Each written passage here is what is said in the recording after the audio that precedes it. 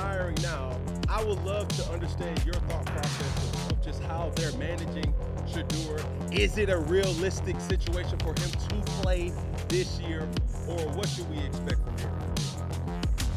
Well, from what I'm told, Dylan Gabriel has been better, has played better, and is more ready, whatever that means, but this is what I was told. I think if you can sit and watch Flacco and understand preparing. If you're the Cleveland Browns right now, watching how this Shedeur-Sanders situation is unfolding, you'd probably want to get inside the thought process of how he and his camp are managing things.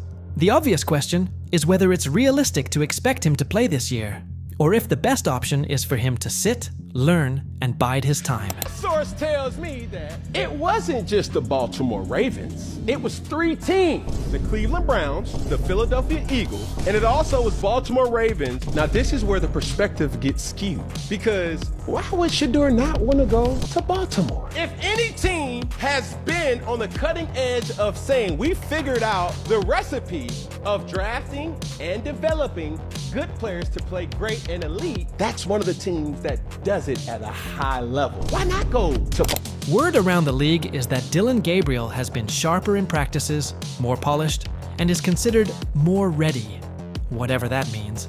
But the real story isn't just about depth charts. It's about power, perception, and control. Now, we know reports came out in the midst of the Baltimore Ravens-Cleveland Browns game on Sunday that Adam Schefter reported that Shedeur-Sanders declined the option to be drafted by the Baltimore Ravens in the 5th round at the 141st pick. And a lot of people had a lot to say, and Cam Newton was on ESPN First Take, and he stated his position on what he thought about Shedeur-Sanders declining that option. Because this entire offseason took a wild turn when Cam Newton casually dropped a bombshell that had NFL owners sweating like they'd just been pushed into overtime.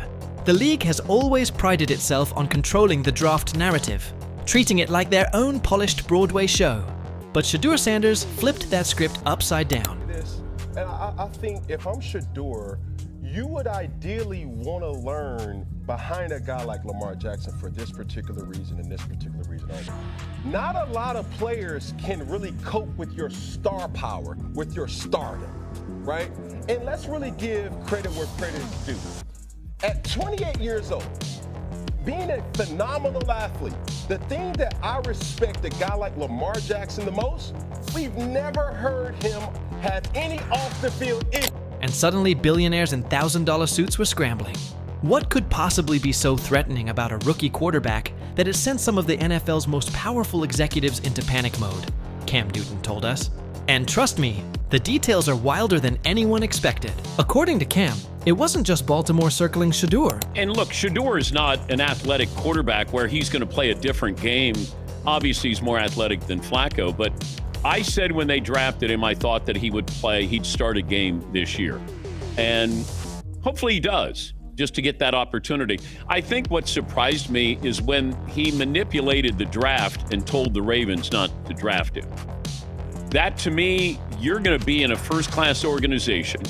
You're going to learn from a lot of different people there. And There were 3 real suitors: the Cleveland Browns, the Philadelphia Eagles, and yes, the Baltimore Ravens. Now, on paper, this looks like an incredible opportunity. Baltimore has been one of the most respected organizations when it comes to developing talent. Now, more evidence and more facts have come out that it wasn't just the Baltimore Ravens that was on the clock to pick Shedeur-Sanders. I said this to you guys in a previous video. Why come we haven't heard about the teams that didn't want to select Shedeur-Sanders? Now, all of a sudden, 4 or 5 months later, we're bringing up stuff that don't even make no sense. It has nothing to do with nothing. Everything surrounding around Shedeur-Sanders, like I told you guys. They've cracked the code on scouting, coaching, and molding players into elite stars. So why on earth would Shedeur say no to being drafted into that kind of environment? That's the part that made people stop and double take. But if you zoom in closer, the logic actually makes sense. This is where Cam Newton's perspective ripped through the traditional draft day fairy tale. an organization that is not good at developing quarterbacks, Ownership hasn't been good. Team hasn't been good. You get bad habits. And I think being in a good organization and understanding top to bottom would have been more important. But I think he'll get a chance. I just don't know if you get a chance for a bad team, then people say, yep, see, told you he couldn't play. Well, see, with that, hearing that he did not want to go to the Baltimore Ravens was a definite head scratcher. But when you have certain other details about that situation come out, when he does have the utmost respect for it. Normally, the NFL Draft is an event designed to remind fans and players alike that billionaires hold the cards. A kid gets picked, breaks down crying on stage, hugs his family, thanks God, and pledges loyalty to whatever franchise holds his rights, even if it's a career graveyard like Jacksonville or a perpetual chaos machine like Cleveland. Said about Shador, by the way, was pretty spot on in terms of like who cares that he said it.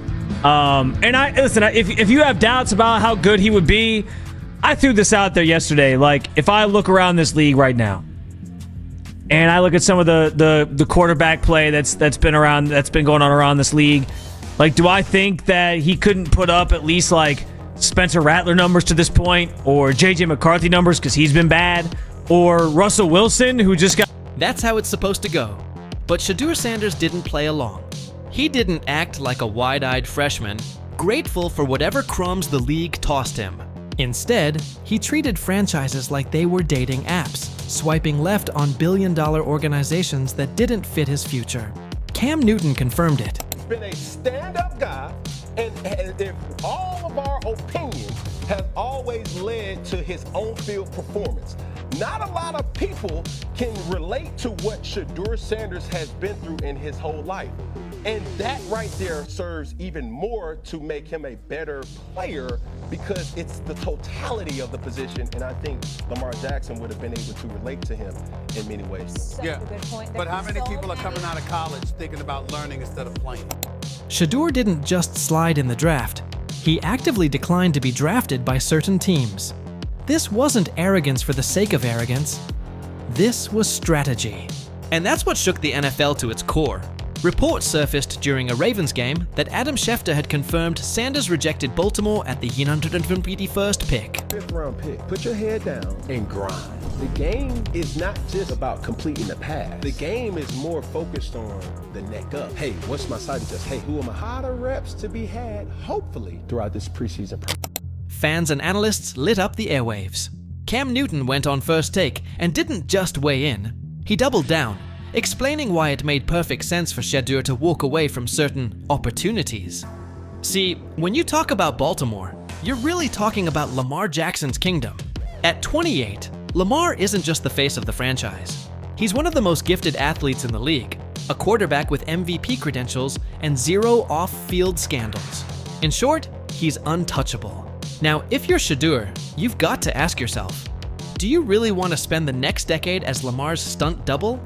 No matter how talented you are, the odds of seeing the field behind him are microscopic. Cam said it best. There's a difference between learning behind greatness and wasting your prime waiting for a miracle. And Shedeur, to his credit, saw that. Next came Philadelphia. On the surface, another great franchise. Jalen Hurts is a superstar, fresh off a massive contract extension that locks him in for years. The Eagles are set at quarterback, and that means any rookie they draft is basically signing up to fade into irrelevance. It's not personal, it's math. Draft Shedeur, sit him, and let him rot on the bench until fans forget he exists. Philadelphia probably thought they were doing him a favor, but from Shedeur's perspective, it was a dead end. Respect doesn't mean being willing to play clipboard holder forever. Respect means knowing your worth. And that's where the narrative split the fan base. Traditionalists wagged their fingers, calling Shedeur entitled and spoiled. They said he should have been grateful for any chance to get in the league, but Cam Newton flipped the lens. This wasn't about arrogance. This was about respect for Lamar, for Jalen, and for himself. Shedeur wasn't wishing injury on anyone. He wasn't hoping to sneak in because someone got hurt. He wanted a real opportunity, and he was willing to walk away from situations that guaranteed he wouldn't get it. That's when the conversation turned to Cleveland. Now, here's where things get fascinating. Now here's where things get even more explosive, because the story doesn't stop at who Shedeur Sanders rejected. It's about what that rejection represents and how it could completely reshape the way the NFL draft works moving forward. For decades, the draft has been a carefully orchestrated ritual where teams hold all the cards, dictating who goes where, when, and why. Players are expected to smile, shake hands, and take whatever fate delivers them. But Shedeur cracked that system. By rejecting Baltimore and Philadelphia, he wasn't just making a personal decision. He was sending a message to every future rookie that the old rules no longer apply. Cam Newton, never one to mince words, called it exactly what it was: strategy. He pointed out that Shedeur's decision wasn't about ego. It was about survival, fit, and opportunity. He didn't want to waste years of his prime as Lamar Jackson's understudy or Jalen Hurts' permanent bench warmer. He wanted a situation where he could legitimately compete, and Cleveland, chaotic as it is, offered him that. Of course, the media spun it differently. They called Shedeur entitled, spoiled, and disrespectful. They framed him as a cautionary tale before he ever took a snap. But those takes missed the point entirely. Shedeur wasn't disrespecting Lamar or Jalen. In fact, Cam made it clear that it was the opposite. He was showing respect. He knew their positions were untouchable. He wasn't going to sit around hoping for a freak injury just to get a shot. He wanted to forge his own path. And that's what scares the NFL's power brokers. Because if one player can do it, others can follow. Imagine a world where top prospects don't just accept their fate, but start negotiating, turning draft night into a business meeting instead of a coronation. Owners hate that idea because it strips them of control. It puts power back into the hands of the athletes, and that terrifies billionaires more than anything. And then there's the Deion Sanders factor. Shedeur isn't just some kid figuring this out on his own. He's been raised by Primetime, one of the most outspoken, unapologetic, and calculated minds in football.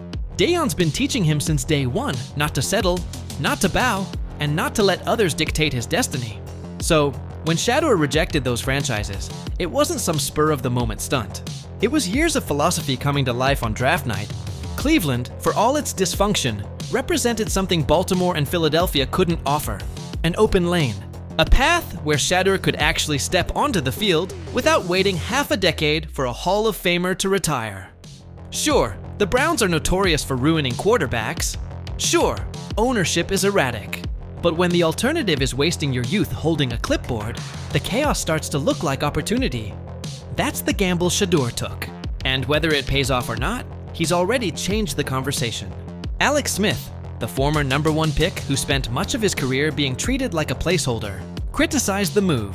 He argued that Shedeur should have taken whatever team wanted him, put his head down, and played the long game. But Cam Newton countered, reminding everyone that following the old script doesn't guarantee success either. Plenty of players have humbled themselves into irrelevance. Shedeur wasn't willing to be one of them. The Ravens thought they were offering him the golden ticket. Learn under Lamar, inherit a first-class organization, and maybe, just maybe, get a chance down the line. But to Shedeur, that was a prison sentence. The Eagles thought drafting him would be a compliment, proof of respect for his talent.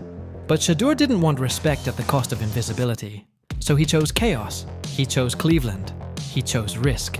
And in doing so, he threw gasoline on the draft process and lit a match. Social media split in two. One side hailed him as a visionary, a rookie rewriting the rules before even taking a professional snap. The other side blasted him as arrogant, a kid writing checks his arm hadn't cashed yet. But regardless of the noise, one truth stood out. Shedeur Sanders made NFL owners sweat. He reminded them that the league's future isn't just in their boardrooms. It's on the shoulders of players who are starting to realize they have leverage. That's what makes this story revolutionary. The NFL has always thrived on the illusion of control. Players are supposed to be grateful for whatever they get. But Shedeur broke that illusion. He said no. He swiped left. He rejected billion-dollar offers like they were dollar menu items. And in doing so, he proved that power in the NFL isn't as one-sided as it looks. And make no mistake, this isn't just about him. This is about what happens next. If Shedeur succeeds in Cleveland, if he turns chaos into opportunity, and actually establishes himself as a starting quarterback, then the precedent is set. Being the 5th round pick, you may make the team, you may not make the team. You may make practice squad, you may not make practice squad. But this is the kicker though, Peggy. You still got to be a professional because there's 31 other teams that are also looking too. How you go about your meetings on a day-to-day, how you perform, the antics, all the things that they don't really talk about, but they see. People are paying close attention to Shedeur Sanders. You want to say, oh, they just humbling him. Like, no, bro, he's no different than any other 5th round pick in the NFL. It's a grind. Everybody who gets selected, even 1st round picks, have a threshold of pay.